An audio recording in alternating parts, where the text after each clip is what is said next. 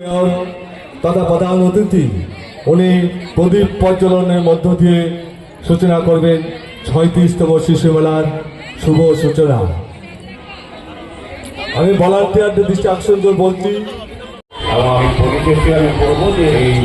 ২৫তম শিশু মেলা এটা এগিয়ে চলো বিভিন্ন ব্যক্তি বা সহযোগিতা আমাকে সুন্দর শিশু মেলার আজকে আনুষ্ঠানিক উদ্বোধন হয়েছে। আমি আজকের এই উদ্বোধনী অনুষ্ঠান মঞ্চে আছে আজকের অনুষ্ঠানে যিনি সভাপতি তথা এগিয়ে চলো ক্লাবের মাননীয় সভাপতি সত্ত্বেও চঞ্চলমন্ডি মহোদয়, মঞ্চে আছেন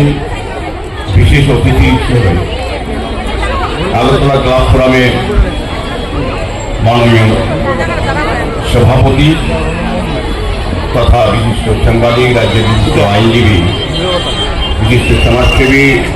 আমার দাদা সঞ্জয় পাল মহোদয়,